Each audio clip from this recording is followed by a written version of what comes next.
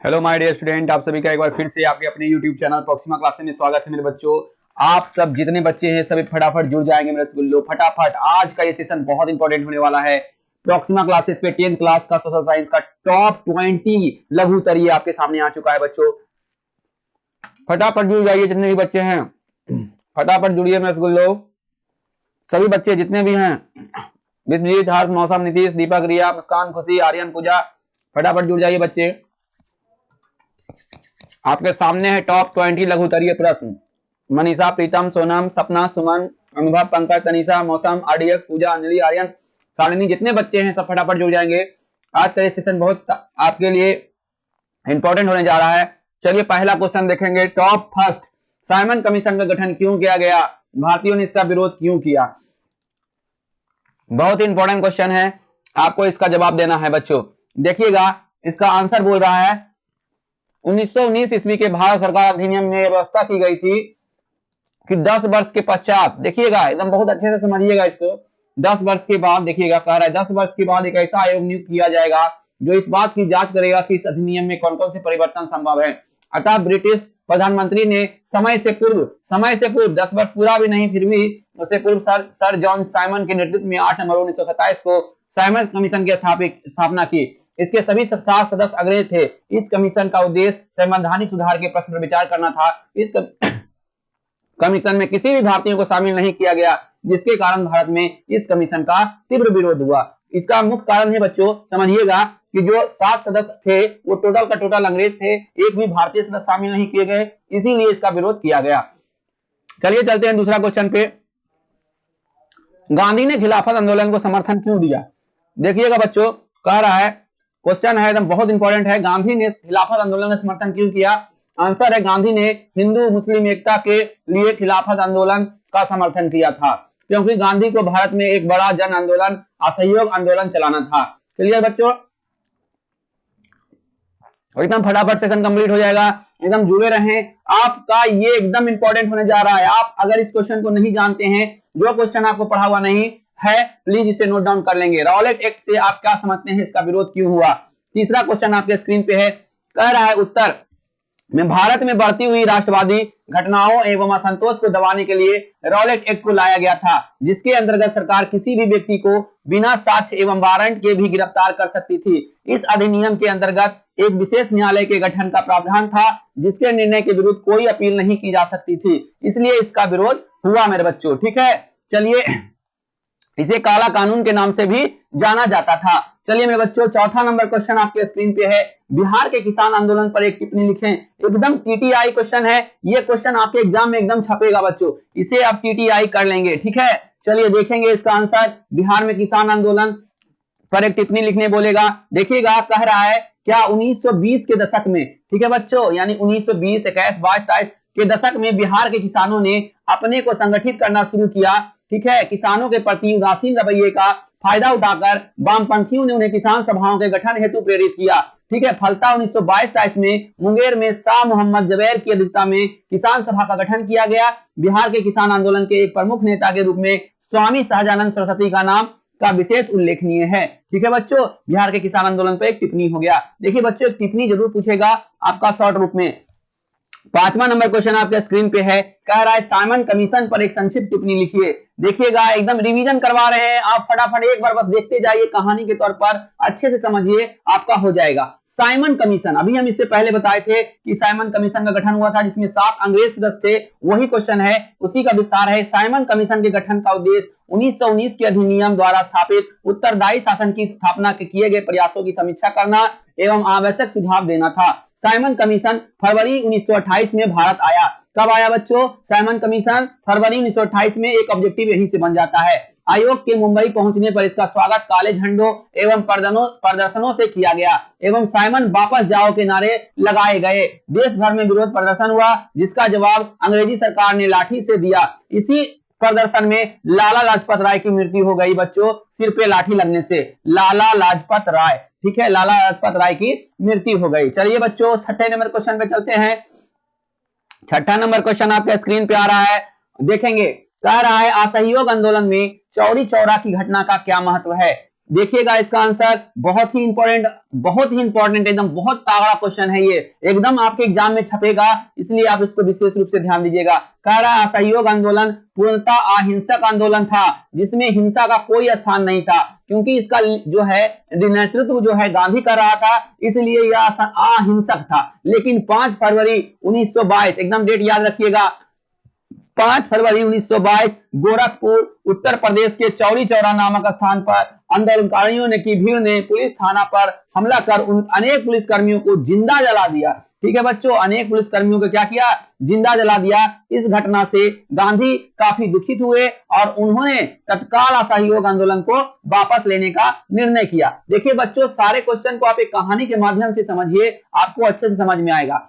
कहा जा रहा है कि असहयोग आंदोलन गांधी चला रहे थे और वो अहिंसा के पुजारी थे, इसलिए अहिंसक आंदोलन था, इसमें हिंसा का कोई स्थान नहीं था। क्लियर। लेकिन 5 फरवरी 1922 को डेट याद एकदम कंफर्म रखिएगा, क्योंकि डेट बहुत इंपॉर्टेंट हो जाता है सोशल साइंस में। 5 फरवरी 1922 को गोरखपुर उत्तर प्रदेश के चौरी चौरा नामक स्थान पर आंदोलनकारियों की भीड़ ने पुलिस थाना पर हमला कर अनेक पुलिसकर्मियों को जिंदा जला दिया। इस घटना से गांधी काफी दुखित हुए और उन्होंने तत्काल असहयोग आंदोलन को वापस लेने का निर्णय किया। चलिए बच्चों 7वें नंबर क्वेश्चन पे चलते हैं। 7वां नंबर क्वेश्चन आपके स्क्रीन पे आ चुका है। नमक सत्याग्रह पर एक टिप्पणी लिखें। एकदम टीटीआई में रसगुल्लो, एकदम टीटीआई है, इससे टीटीआई क्वेश्चन आपको कहीं नहीं मिलेगा, एकदम पूछेगा ये क्वेश्चन, छपेगा। नमक सत्याग्रह पर एक टिप्पणी लिखने के लिए बोल रहा है। कह रहा है सविनय अवज्ञा आंदोलन, याद रखिएगा बच्चों, सविनय अवज्ञा आंदोलन नमक सत्याग्रह से आरंभ हुआ। ठीक है, एकदम क्लियर। ऑब्जेक्टिव में पूछ सकता है कि सविनय अवज्ञा का आंदोलन का प्रारंभ कब माना जाता है, तो नमक सत्याग्रह। नमक कानून भंग करने के लिए गांधी ने डांडी को चुना। ठीक है, डांडी को चुना। 12 मार्च 1930 को अपने 78 विश्वस्त सहयोगियों के साथ गांधी ने साबरमती आश्रम से दांडी की यात्रा की आरंभ की। 24 दिनों तक, देख लो बच्चों, 24 दिनों की लंबी यात्रा के बाद 6 अप्रैल 1930 को दांडी पहुंचे। वहां पहुंचकर उन्होंने समुद्र के पानी से नमक बनाया। ठीक है, किसके पानी से, समुद्र के पानी से नमक बनाया और शांतिपूर्ण अहिंसक ढंग से नमक कानून भंग किया। एकदम बच्चों इस क्वेश्चन को अच्छे से कर लीजिएगा। चलिए 8वां नंबर क्वेश्चन आपके स्क्रीन पे आ रहा है। 8वां नंबर क्वेश्चन आपके स्क्रीन पे है, अस्थाई बंदोबस्त क्या है, क्या था। ठीक है, अस्थाई बंदोबस्त क्या था, चलिए देखते हैं। कह रहा है अंग्रेजों की कृषि नीति, ठीक है, जो अंग्रेज थे उनका जो हमारे खेती बाड़ी करने का तरीका था उस पर वो नीति बनाते थे। अंग्रेजों की कृषि नीति में मुख्य रूप से अधिकतम लगान एकत्रित करने के उद्देश्य से, देख लीजिए बच्चों, अधिकतम लगान मतलब जितना उपज कर देते थे उसका आधा ज्यादा वो लगान के रूप में वसूल लेता था। उद्देश्य से बंगाल में अस्थायी बंदोबस्त लागू किया गया। ठीक है, याद रखिएगा कहां पर अस्थायी बंदोबस्त, तो बंगाल में किया गया। इसमें जमींदारों को एक निश्चित भू राजस्व सरकार को देना पड़ता था। ठीक है, एकदम देना पड़ता था तथा जमींदार किसानों से उससे अधिक लगान अपना वसूल करते थे। अब जब जमींदार को देना पड़ता था अंग्रेज को, तो जमींदार क्या करते थे, किसानों पर जुल्म ढाते थे और ज्यादा लगान वसूल करते थे। यानी अस्थायी बंदोबस्त जो था वो क्या था बच्चा, लगान करने का एक नीति था। यह सबसे पहले बंगाल में लागू हुआ। चलिए 9वां नंबर क्वेश्चन आपके सामने है, खोंड विद्रोह का परिचय दें। खोंड विद्रोह का परिचय दें, फटाफट बच्चे देखिएगा इस क्वेश्चन को, खोंड विद्रोह का परिचय दें। अच्छे से देखिएगा इस क्वेश्चन को। ठीक है, आपका ये क्वेश्चन बहुत इंपॉर्टेंट हो जाता है। खोंड विद्रोह, खोंड विद्रोह उड़ीसा के सीमांतवादी रियासत दसपाला में अक्टूबर 1914 में शुरू हुआ।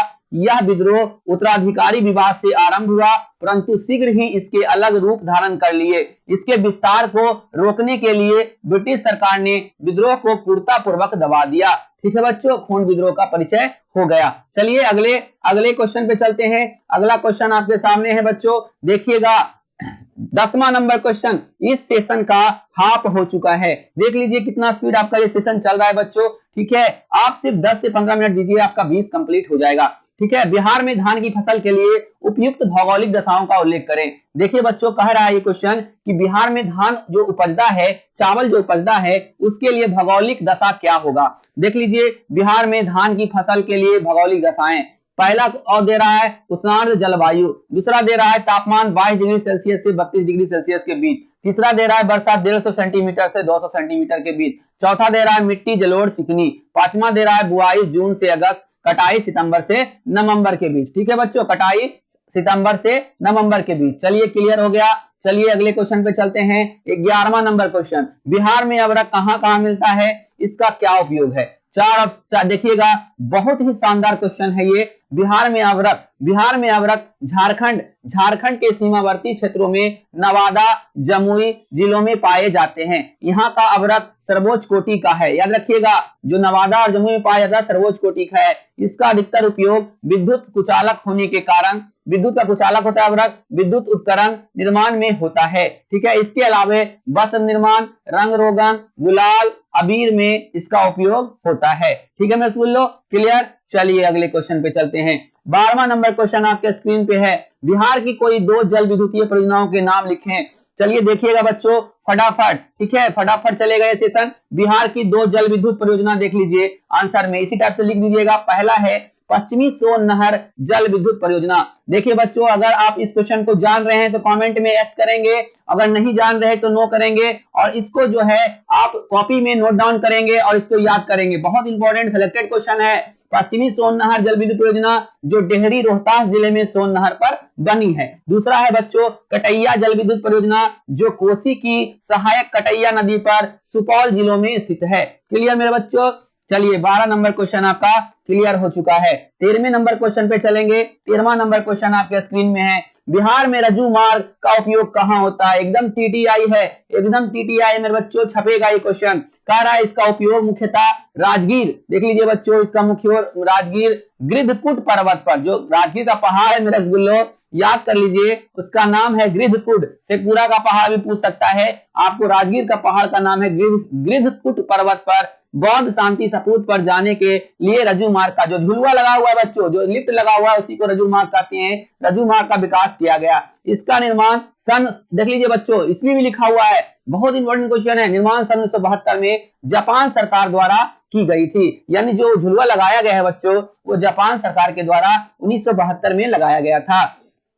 चलिए 14 नंबर है, मानवाधिकार पर एक संक्षिप्त टिप्पणी लिखें। एकदम टीटीआई है बच्चों, 20 का 20 आपका सिलेक्टेड है, एकदम टीटीआई है, इसको आप एकदम कंठस्थ करिए। और कल फिर 20 आएगा आपका सोशल साइंस का, अब लगातार आएगा जैसा आप लोग का मांग है बच्चों। अमृता भारती, मनीषा, तनीषा, जितने भी बच्चे हैं सभी का मांग था। रिया, मुस्कान, खुशी, सभी बच्चे कह रहे थे। अनुष्का, सुमन कुमार भारती, शालिनी, निभा, सभी बच्चे कह रहे थे मौसम की सर सोशल साइंस का लाइए, लघु तरीय हम लेकर के आए बच्चों, इसका फायदा उठाइए। 14 नंबर कह रहा है मानवाधिकार पर संक्षिप्त टिप्पणी लिखिए। कह रहा है भारत संघ में देश के नागरिकों को प्रदत्त अधिकारों की सुरक्षा की गारंटी प्रदान की गई है। ठीक है, सुरक्षा की गारंटी प्रदान की गई है, जिसे मानवाधिकार कहते हैं। ठीक है बच्चों, भारतीय संविधान में मौलिक अधिकारों के तहत शोषण के विरुद्ध, शोषण मतलब हो गया किसी का आर्थिक, किसी को दबाना, अधिकार प्रदान किया गया है, कोई महिला को जबरदस्ती पीटना। भारत के नागरिकों के अधिकारों की सुरक्षा के लिए क्या बनाया गया है, मानवाधिकार आयोग का गठन किया गया है। मानवाधिकार आयोग का गठन इसलिए किया गया है कि कहीं कोई ज्यादती ना हो पाए। चलिए बच्चों 15वां नंबर क्वेश्चन पे चलते हैं। नारी सशक्तिकरण से आप क्या समझ, देख लीजिए कितना इंपॉर्टेंट क्वेश्चन है। नारी सशक्तिकरण के बारे में आपका एकदम एग्जाम में पूछेगा बच्चों। नारी सशक्तिकरण का तात्पर्य यह है, देखिएगा, नारी सशक्तिकरण का तात्पर्य यह है कि महिलाओं को उनको प्रभावित करने वाले आर्थिक, सामाजिक, राजनीतिक और पारिवारिक मामलों में नीति निर्माण प्रक्रिया में भागीदारी प्रदान की जाए। वर्तमान युग में नारी सशक्तिकरण की धारणा को राष्ट्रीय और अंतर्राष्ट्रीय स्तर पर समर्थन प्राप्त हो रहा है। भारत सरकार ने 2000 में नारी सशक्तिकरण की नई नीति की घोषणा की है। पंचायतों, नगर पालिकाओं में महिला आरक्षण नारी सशक्तिकरण का उदाहरण है बच्चों। ठीक है, नारी सशक्तिकरण भारत के लिए बहुत इंपॉर्टेंट है। चलते हैं 16वां नंबर क्वेश्चन पे। 16वां नंबर क्वेश्चन आपके स्क्रीन पे है। भूकंप के प्रभावों को कम करने वाले 4 उपायों का उल्लेख करें। अगर ये क्वेश्चन आप जानते हैं तो कमेंट बॉक्स में यस करेंगे, अगर नहीं जानते हैं तो नो करेंगे। भूकंप के प्रभाव को कम करने वाले 4 उपाय। पहला है भवनों को आयताकार होना चाहिए और नक्शा साधारण होना चाहिए। दूसरा है लंबी दीवारों को सहारा देने के लिए ईंट, पत्थर या कंक्रीट का कॉलम होना चाहिए। तीसरा है नींव मजबूत एवं भूकंप रोधी होना चाहिए। चौथा है दरवाजे तक खिड़की की स्थिति भूकंप रोधी होना चाहिए। चलिए बच्चों 17वां नंबर क्वेश्चन आपके स्क्रीन पे है। सुनामी से बचाव के उपायों का उल्लेख करें। एकदम सारा का सारा क्वेश्चन हम आपके लिए एकदम जबरदस्त और टीटीआई लिए हैं बच्चों। याद रखिएगा 6 बजे से आपका सोशल साइंस का ऑब्जेक्टिव, ठीक है बच्चों, 6 बजे से लाइव क्लास 26 जनवरी स्पेशल आपका रहेगा 6 बजे से, और उसके बाद 8 बजे से साइंस मेरे बच्चों। चलिए सुनामी से बचाव का उल्लेख करें। सुनामी से बचने के विभिन्न तरीके हैं। समुद्र के नजदीक तटबंधों का निर्माण किया जाना चाहिए। दूसरा है तटबंध के किनारे मैंग्रोव वनस्पति लगाया जाना चाहिए। तीसरा है तटीय क्षेत्रों के नजदीक रहने वाले लोगों को प्रशिक्षित किया जाना चाहिए। चौथा है सुनामी से प्रभावित क्षेत्रों में तत्काल मदद पहुंचानी चाहिए। चलिए बच्चों 18वां नंबर क्वेश्चन आपके स्क्रीन पे, हैम रेडियो का उपयोग पर प्रकाश डालिए। एकदम टीटीआई क्वेश्चन है, ये क्वेश्चन आपके एग्जाम में छप सकता है। इसे मैच्योर के नाम से भी जाना जाता है, किसको, हैम रेडियो को। इसका उपयोग गैर वाणिज्यिक परियोजनाओं के लिए किया जाता है, जिसके संचालन में ऊर्जा की आवश्यकता जनरेटरों या बैटरियों द्वारा पूर्ति किया जाता है। हैम रेडियो अंतरराष्ट्रीय दूरसंचार नियमों के अनुसार कार्य करता है। इसका प्रयोग बड़ी बड़ी प्राकृतिक आपदा वाले क्षेत्रों में किया जाता है। हैम रेडियो का उपयोग कहाँ किया जाता है बच्चों, बड़ी बड़ी प्राकृतिक, जहां बाढ़ आ गया, सुनामी आ गया, भूकंप आ गया, तो इसी का उपयोग किया जाता है। याद रखिएगा, ऑब्जेक्टिव में पूछ सकता है। इस संचार प्रणाली में कोई भी बाहरी तार की आवश्यकता नहीं पड़ती है। आपदा के दौरान सूचना के प्रेषण में इसकी भूमिका महत्वपूर्ण होती है। चलते हैं बच्चों, 19वां नंबर क्वेश्चन आपके स्क्रीन पे आ रहा है, सूचना का अधिकार क्या है। एकदम टीटीआई है, एकदम इंपॉर्टेंट है बच्चों, देख लीजिए आपका हुआ है ये कि नहीं। सूचना का अधिकार आम आदमी का अधिकार संपन्न बनाने हेतु सरकार द्वारा उठाया गया कदम है। सूचना का अधिकार का तात्पर्य है कि कोई भी व्यक्ति अभिलेख, ईमेल, आदेश, दस्तावेज, नमूने और इलेक्ट्रॉनिक आंकड़ा आदि से सूचना प्राप्त कर सकता है। यानी कहने का मतलब है कि हम सरकार का कोई भी काम हो, हम सूचना का अधिकार से उस काम के बारे में जानकारी ले सकते हैं। चलिए 20वां नंबर क्वेश्चन आपके स्क्रीन पे है, चिपको आंदोलन का वर्णन करें। एकदम टीटीआई क्वेश्चन है, एकदम इंपॉर्टेंट है मेरे रसगुल्लो, एकदम इंपॉर्टेंट है। सुंदरलाल बहुगुणा के नेतृत्व में उत्तर प्रदेश के टेहरी गढ़वाल पर्वतीय जिलों में अनपढ़ जनजातियों द्वारा सन 1972 में यह आंदोलन चलाया गया था। इस आंदोलन में स्थानीय लोग हरे भरे पेड़ पौधों को कटने से बचाने के लिए अपने आगोश में घेर कर इसकी रक्षा करते थे। मेरे बच्चों, ये 20 क्वेश्चन आपके लिए था आज का सेशन आपको कैसा लगा कमेंट बॉक्स में जरूर कमेंट करें। हम आपका वेट करेंगे 6 बजे, ठीक है। 6 बजे शाम को आप जुड़िए, सभी बच्चे जुड़िए हमारे। आप अगर जुड़ते हैं तो हमें भी जोश और जुनून आता है पढ़ाने का। आप नहीं जुड़ते हैं, आप बाद में देखते हैं, रिकॉर्डिंग देखते हैं, उससे कोई फायदा नहीं बच्चों। जुड़िए और आंसर दीजिए क्वेश्चन का, ठीक है। चलिए आज का सेशन यही समाप्त कर रहे हैं, बहुत ही कम समय में हमने आपका ये सेशन कंप्लीट किए हैं। चलिए और रिवीजन कीजिए बच्चों, 6 बजे मिलेंगे। बाय बाय, गुड आफ्टरनून सभी बच्चों को एक साथ, बाय बाय, टाटा।